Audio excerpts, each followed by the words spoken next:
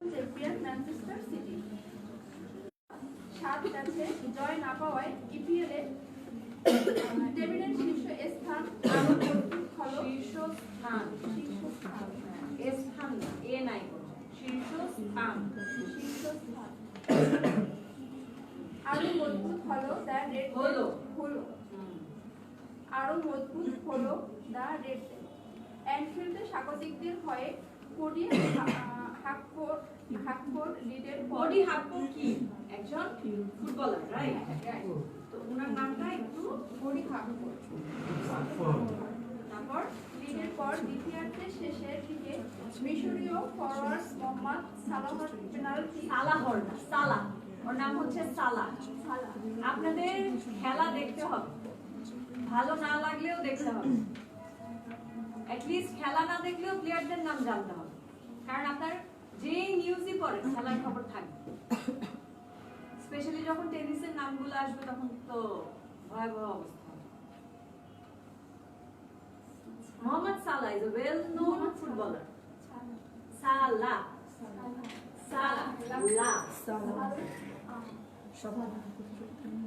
একটা কথা বলি সহজে, হ্যাঁ সহজে যেন বোঝা যায়, সেটা হচ্ছে আপনারা ইন্টারন্যাশনাল কোনো ক্রিকেটার হোক, ফুটবলার হোক বা ইন্টারন্যাশনাল যে কোনো মানুষ, তার নাম আপনারা ইংলিশে উচ্চারণ করবেন, সেটাকে বাংলায় ট্রান্সলেট করবেন, আর তার নামটা তো বাংলায়।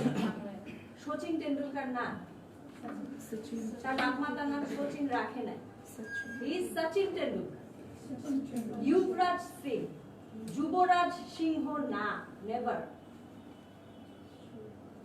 যেটা আমরা পড়ি, আমি নিজেও দেখি নিউজে, অনেক রিনাউন্ড নিউজ প্রেজেন্টাররাও বলে, but it doesn't sound right.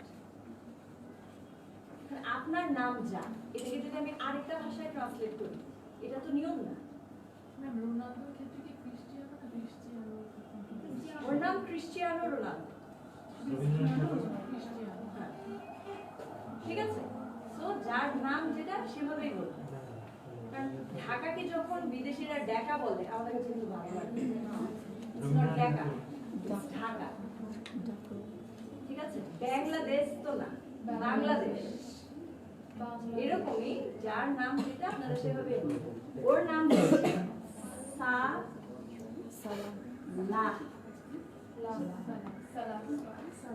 ওকে অনেক সময় মো সালাহ বলে। মো কেন বলে? মোহাম্মদটাকে শর্ট করে মো সালাহ, ঠিক আছে? তো নামগুলা যেন পরিষ্কার হয়, আর যেই নাম যেমন সেরকমই যেন বলে। ফরওয়ার্ড মোহাম্মদ সালাহ পেনাল্টি থেকে পাওয়া বলে জয়োৎসব করে কোচ আর্নে স্লটের লিভারপুল। আর বিবর্ণ পারফরম্যান্সে একরাশ হতাশা নিয়ে আবারও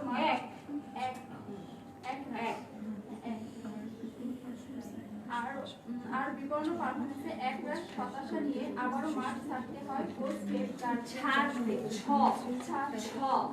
বলে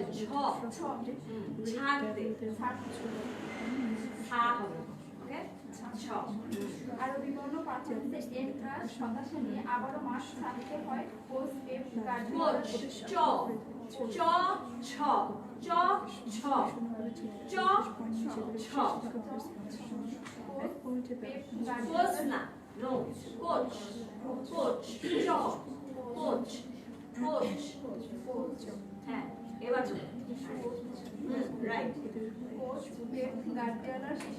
ওদিকে ম্যান ইউ 4-0 গোলে হারিয়েছে এভারটনকে।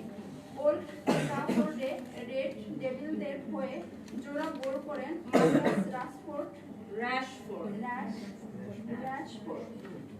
চ্যাম্পিয়ন্স লিগের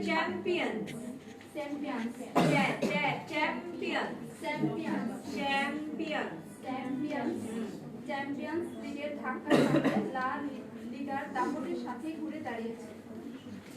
আচ্ছা আসেন, শেষ হয়নি তো, পিছনের পেজে আরো আছে। দাঁড়িয়েছে রিয়াল মাদ্রিদ। গেতাফের সঙ্গে 2-0 গোলে জিতে 34 পয়েন্ট নিয়ে টেবিলের শীর্ষে থাকা বার্সেলোনার সঙ্গে 1 পয়েন্টের ব্যবধান কমিয়েছে কোচ কার্লো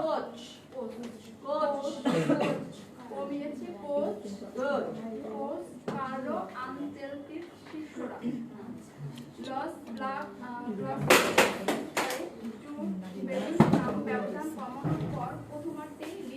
হারিয়ে দেন ফরাসি তারকা কিলিয়ান এমবাপ্পে। ওর নাম জানতে হবে। এমবাপ্পে। আসেন আরেকজন আসেন। ওই যে আপনি।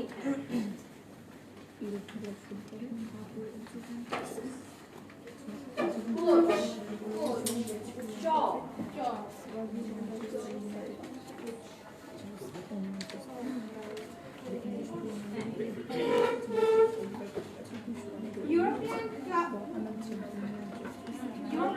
ফুটবলে ড্র করে জুভেন্টাস পয়েন্ট হারানোর হাতে জয় পেয়েছে Real Madrid, Chelsea, Manchester United. তবে ইংলিশ প্রিমিয়ার লিগের হাই ভোল্টেজ ম্যাচে লিভারপুলের কাছে 2-0 গোলে হেরেছে বর্তমান চ্যাম্পিয়ন ম্যানচেস্টার সিটি। সব ধরনের প্রতিযোগিতা মিলিয়ে সিটিজেনরা 7 ম্যাচে জয় না পাওয়ায় ইপিএল এর টেবিলের শীর্ষস্থান আরো মজবুত হলো দ্য রেড ডেভিলস। অ্যানফিল্ডে স্বাগতিকদের হয়ে কোডি হাকফোর লিডের পর দ্বিতীয়ার্ধের শেষের দিকে মিশরীয় ফরওয়ার্ড মোহাম্মদ সালাহ পেনাল্টি থেকে পাওয়া গোলে জয়লাভ করে কোচ আর্নে স্লটের লিভারপুল। আর বিবর্ণ পারফরম্যান্সে একরাশ হতাশা নিয়ে আবারও মাঠ ছাড়তে হয় কোচ পেপ গার্দিওলার শিষ্যদের। আমি মুখস্থ করতে বলি না, আপনারা ওনারটা শুনবেন। যে এখানে আসবে তারটা শুনবেন। মুখস্থ করার কিছু না, নিউজ মুখস্থ করা যায় না। মুখস্থ করলে কোনো সময় পারফরমেন্স হবে না। মুখস্থ করলে মুখস্থ পড়া বলার মতো, ঠিক আছে? শুনুন, ওনারটা শুনুন। ওদিকে ম্যান ইউ 4-0 গোলে হারিয়েছে এভারটনকে। ওল্ড ট্রাফোর্ডের রেড ডেভিলদের হয়ে জোড়া গোল করেন মার্কাস র্যাশফোর্ড। চ্যাম্পিয়ন্স লিগের ধাক্কা সামলে লা লিগায় দাপটের সাথে ঘুরে দাঁড়িয়েছে রিয়াল মাদ্রিদ। গেতাফের সঙ্গে 2-0 গোলে জিতে 34 পয়েন্ট নিয়ে টেবিলের শীর্ষে থাকা বার্সেলোনার সঙ্গে 1 পয়েন্টের ব্যবধানে কমিয়েছে কোচ কার্লো আনচেলত্তির শিষ্যরা। লস ব্লাঙ্কেদের হয়ে জুড বেলিংহাম ব্যবধান কমানোর পর প্রথমার্ধে লিড বাড়িয়ে দেন ফরাসি তারকা কিলিয়ান এমবাপ্পে। আচ্ছা, আদান দেখছি আমরা একটু পরে বলবো, হ্যাঁ? বসুন।